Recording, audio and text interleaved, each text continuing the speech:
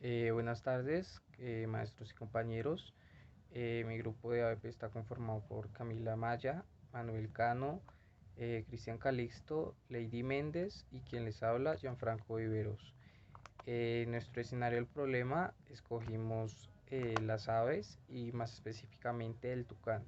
Nosotros les iremos a hablar de todo el aparato digestivo de las aves, más específicamente del tucán, pero también sobre las diferencias con otras aves.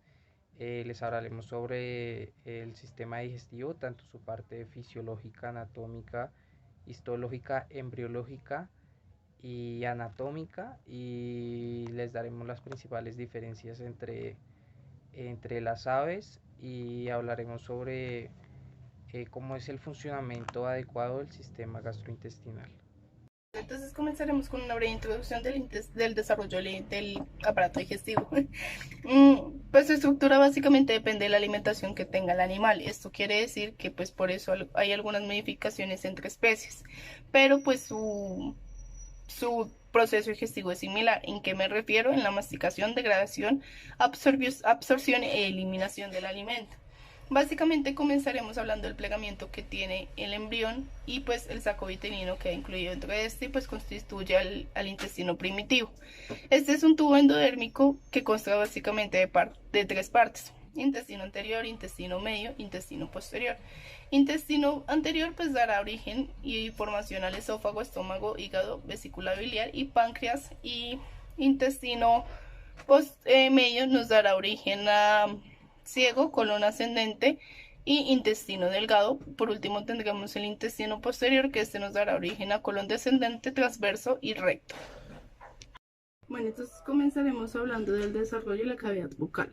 Entonces, el desarrollo y crecimiento de la cara básicamente se da entre la cuarta semana y la novena, hasta la novena. En el revestimiento por debajo del extremo anterior del tubo nervioso y por encima del primer arco braquial, pues se forma una depresión transversal, la cual conocemos como el estemoideo. Este estemoideo es una invaginación del ectodermo situada en el intestino anterior, que dará origen a la boca y a la cavidad bucal primitiva del embrión. Bueno, entonces ahora comencemos con el esófago. Pues este esófago se desarrolla a partir del primer segmento del intestino anterior.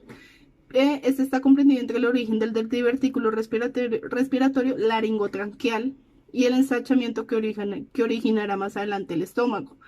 En las aves y mamíferos, este esófago es corto al principio, pero con el tiempo se va extendiendo por la formación del cuello y el descenso que tiene el corazón y los pulmones.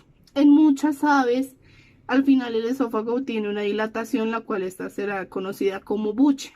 Este pues permitirá que el ave comience a almacenar su comida más adelante. Listo, entonces ahora vamos a hablar del estómago y del hígado. Entonces, el desarrollo del estómago comienza a partir de la cuarta semana, y aquí es donde podemos observar que a partir del primer tubo comienza a haber un ensanchamiento, donde observaremos que comienza a tomar una forma y una posición. Entonces, pues la pared dorsal del estómago comienza a crecer de manera más rápida, y ahí en este momento es donde podemos observar la cobertura mayor y cobertura menor. Pero en el tema de las aves es diferente, porque el estómago de las aves tiene dos divisiones, la cual pues es el estómago glandular o proventrículo y el estómago muscular, que se llama molleja. El hígado pues nace de una evaginación ventral del endodermo del extremo más caudal del intestino anterior. Este divertículo hepático crece cranioventralmente en el espesor del mesenterio ventral primitivo, el cual pues es llamado mesogastrio ventral, y en el espesor del mesénquima del septum transverso. Básicamente, pues este divertículo inicial se divide en dos partes, el cual es el esbozo hepático, que dará lugar al parénquima del hígado, y el esbozo cístico, que este dará formación a la vesícula biliar. Entonces vamos a hablar rápidamente del páncreas. El páncreas se desarrolla a partir de dos esbozos en el revestimiento endodérmico del duodeno. Pues este esbozo pancreático es dorsal y ventral. Al rotar el duodeno, el esbozo pancreático ventral se desplaza dorsalmente hasta situarse por debajo y por detrás del esbozo dorsal y pues así se funciona. Y el esbozo ventral forma el páncreas menor y el esbozo pancreático dorsal origina lo que es el resto de la glándula. Entonces ahora vamos a explicar lo que es el desarrollo de la cloaca. Básicamente la porción caudal del intestino posterior embrionario forma la cloaca, que sirve como reservorio común en aparatos digestivo y urinario. De esta porción del intestino anterior pues se desarrolla el alantoides, que se inicia en su cara ventral como divertículo que crece cranealmente hasta pasar por el orificio umbilical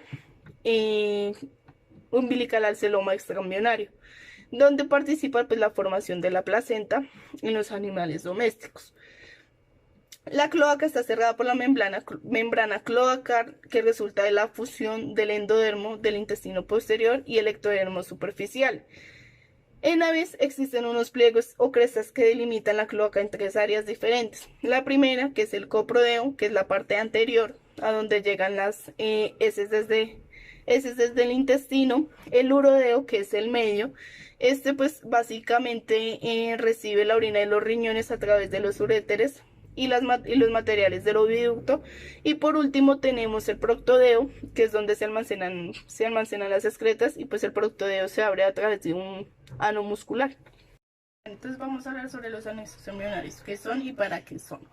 Los anexos embrionarios pues son aquellas partes que sirven para el embrión pueda subsistir, o sea, crecer y nutrirse adecuadamente. Básicamente esta es la función que tienen los anexos embrionarios.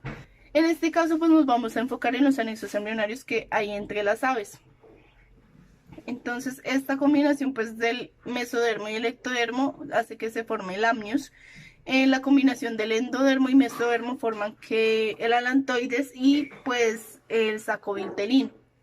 Estos amnios están formados por tejidos vivos extraembrionarios formados por el cigoto. Se presentan con el aspecto como de bolsas o divertículos, y pues las existencias de estos permiten la relación vascular entre el embrión y las fuentes energéticas extraembrionarias, y pues por esta razón algunos de estos anexos están vascularizados o desarrollados. El amnios básicamente pues es un seco membranoso delgado transparente que está lleno de líquido amniótico. Este comienza a formarse entre las primeras semanas de la gestación. Este amnios principalmente se muestra como una vesícula muy pequeña. Su función es proteger al embrión de la desecación, protegerlo de traumas mecánicos, de cambios de temperaturas o de adherencias que puedan deformarlo. Está constituido por ectodermo y mesodermo. Su origen es embrioblástico y o macizo celular interno. Estamos también con el saco vitelino. El saco vitelino básicamente se encuentra en todos los animales vertebrados. Este tiene pues una gran importancia en reptiles y peces para la nutrición de estos. Su formación sucede cuando la hoja esplénica extraembrionaria junto con el endodermo extraembrionario se extiende progresivamente sobre la yema, y de esta manera pues se forma el saco vitelino. Su origen también es de embrioblasto macizo celular interno. Se forma ventral al embrión bilaminar en contraposición al amnios. Se encarga de la nutrición en aves. Está constituido por endodermo y mesodermo. Luego tenemos lo que es el alantoides. Este alantoides pues surge como un divertículo del intestino caudal que sale del cuerpo embrionario, pedículo del alantoides, por el cordón umbilical, y se expande por todo el exlema como la bolsa de alantoides. Y pues este volumen de este líquido pues durante la gestación se va aumentando. Entonces pues básicamente su función acumular las sustancias de desecho. En el caso de las aves pues los desechos nitrogenados que se convierten en ácido úrico, que es insoluble en agua y pues y es poco tóxico. También pues está su destino. El destino del alantoides es pues en el momento del nacimiento este se transforma en el ligamento suspensorio, el uraco. Su origen es embrioblasto o macizo celular interno. El corio. El corium pues es una cubierta externa la cual recubre los anexos embrionarios antes nombrados, pues está formado por mesodermo extraembrionario cubierto en su exterior por ectodermo y por ectodermo embrionario. Su función pues en aves básicamente se adhiere a la cáscara permitiendo el intercambio gaseoso entre el huevo y el medio ambiente. Función gonadotrofinas coriónicas. Su origen es el trofoblasto y pues su destino se mantiene hasta el alumbramiento que ocurre pues después del parto. Bueno, yo les voy a hablar de la parte anatómica del sistema digestivo de las aves. Este inicia en el pico, el cual sustituye los labios, los carrillos y los dientes del mamífero. Las cavidades oral y faringea se convierten en una sola, siendo la orofaringia, la cual está caracterizada por tener un paladar largo y duro y tener papilas cornificadas. Está la lengua, la cual se adapta al tamaño y a la forma del pico, en donde hay papilas filiformes y palmípedas, las cuales son un filtro del alimento. La faringe se continúa con el esófago, en donde inicialmente el esófago se encuentra dentro de la tráquea y los músculos cervicales. Posteriormente, este se desvía hacia la derecha para tomar como la posición del recorrido del cuello. De igual forma, se encuentra el buche, el cual es un reservorio de alimentos. Después está el esófago, que desemboca en el estómago, en donde se distinguen dos porciones, que son el proventrículo y la molleja. El proventrículo cumple una función glandular esencial en donde se reservan los alimentos. Este lo que hace es preparar la digestión antes de que los alimentos lleguen a la molleja a ser triturados. La molleja lo que hace es, como dije anteriormente, triturar y ablandar los alimentos por medio de una presión mecánica. Tenemos el hígado, en el cual se presentan dos lóbulos principales, que son el izquierdo y el derecho. En el izquierdo surge el conducto hepatopancreático, el cual drena la bilis hacia el duodeno, y del derecho parten dos hepatocístricos, los cuales se encargan de llevar la bilis a la vesícula biliar. En el hígado se da el metabolismo y la digestión de grasas, vitaminas, proteínas e hidratos de carbono, donde aquí también se almacenan minerales, vitaminas y el glucógeno. Este ejerce una función detoxificante en el organismo. Está el páncreas, el cual segrega sustancias como enzimas, como la amilasa y la lipasa.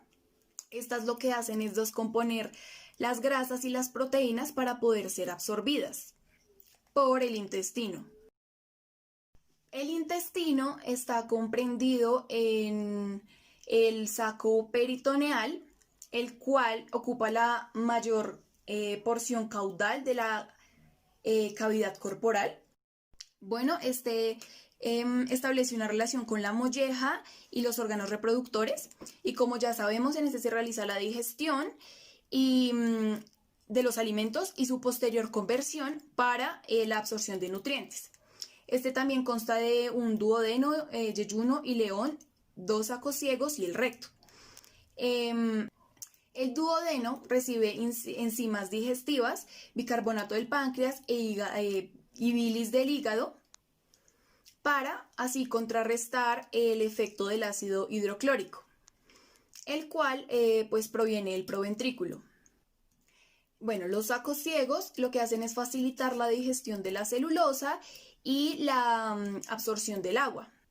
Y en el yeyuno se realiza la principal digestión y absorción de los nutrientes. De igual forma, lo que ocurre en el ileón es la absorción del agua.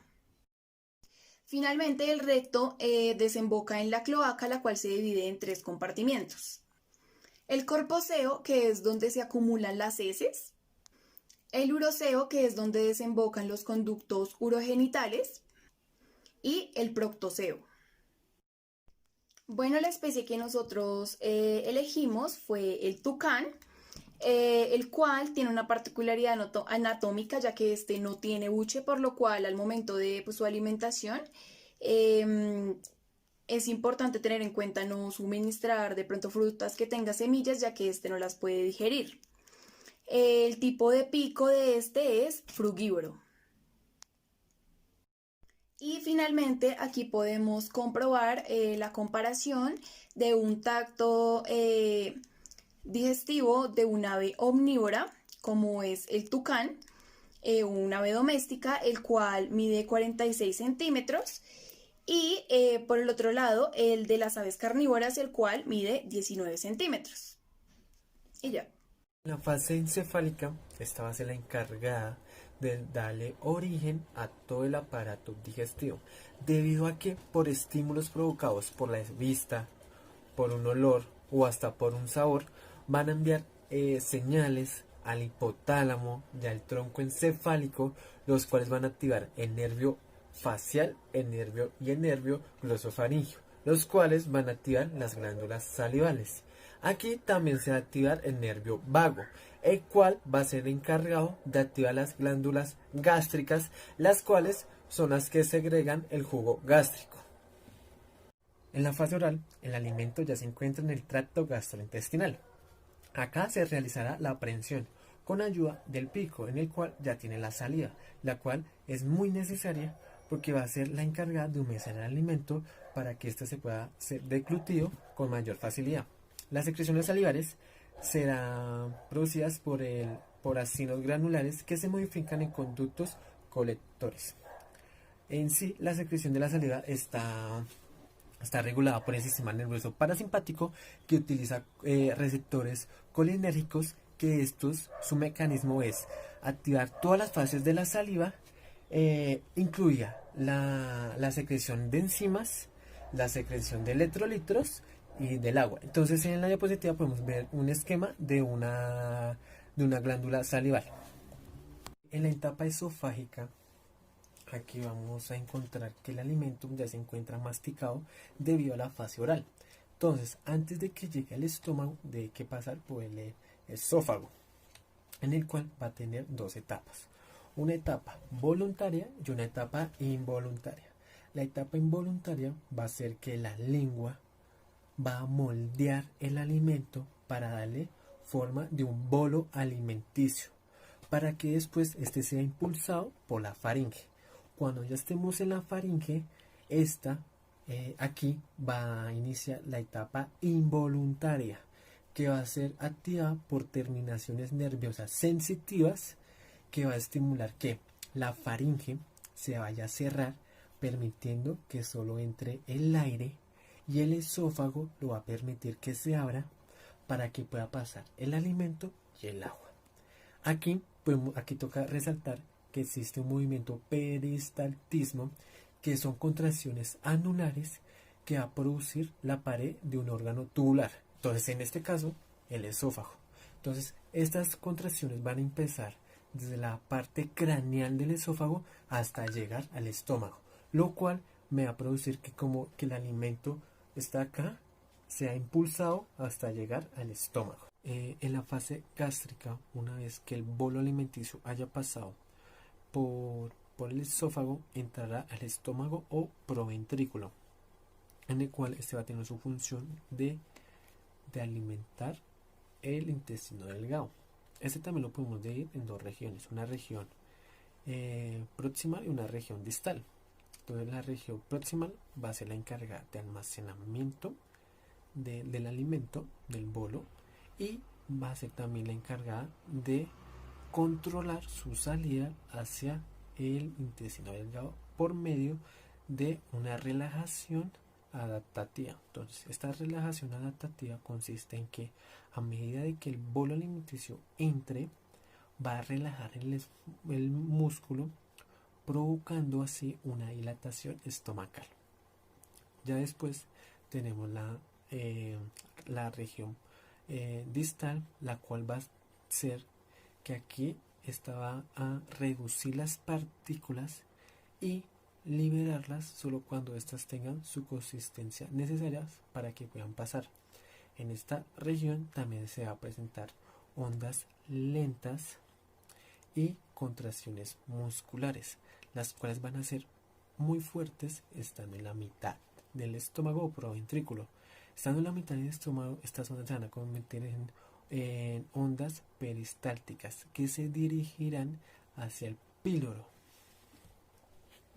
Y cuando llegue a proximidades del píloro, van a hacer que se contraiga y bloquee la salida del contenido gástrico. Fase intestinal. Estando en esta fase intestinal, el intestino delgado va a generar dos motilidades en distintas fases. Una que es en el periodo digestivo y la otra es en el periodo interdigestivo. Cuando se presentan pequeñas partículas de bolo alimenticio en la fase digestiva, se va a manifestar patrones de motilidad, las cuales los podemos clasificar en propulsor y no propulsor. En el patrón de la actividad propulsora, lo que me va a generar va a ser contracciones peristálticas que se desplazarán distalmente por todo el intestino delgado y serán acompañadas por ondas lentas.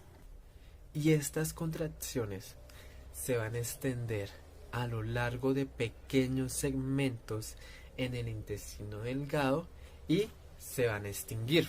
El movimiento lo que me provoca es que el contenido será propulsado en pequeñas distancias a una dirección oral para que después sean sometidos a una contracción peristáltica y una actividad de mezcla. Este patrón se puede hacer entender como dos pasos hacia adelante y uno hacia atrás. Y el patrón de la motilidad no propulsora va a tener la característica de segmentación, y esto es debido por la musculatura circular. Algunas porciones del intestino serán fuertemente contraídas, generándome una división en gastrointestinal, en segmentos alternos de relajación y de contracción, y poco después las zonas que están contraídas se van a relajar y nuevas áreas se van a contraer. Algunas porciones del intestino serán fuertemente contraídas, generándome una división en gastrointestinal, en segmentos alternos de relajación y de contracción, y poco después las zonas que están contraídas se van a relajar y nuevas áreas se van a contraer. Buenas tardes, mi nombre es John Franco, les voy a exponer la parte bioquímica del sistema digestivo. En este momento les voy a exponer la creación del ácido clorhídrico. Pues en primer lugar, para la creación del ácido clorhídrico se necesita las células G, también se necesita las células H, que son las productoras de histamina, y la G de gastrina. También existen las células parietales, que se encargan de producir hidrogeniones y el ácido clorhídrico, y las células principales, que se encargan de producir pepsinógenos y factores intrínsecos. En la zona del antro se aparecen los aminoácidos, porque cuando nosotros consumimos proteína, la proteína llega entera, y en un primer momento las proteínas no estimulan la creación del ácido clorhídrico ni la secreción de gastrina.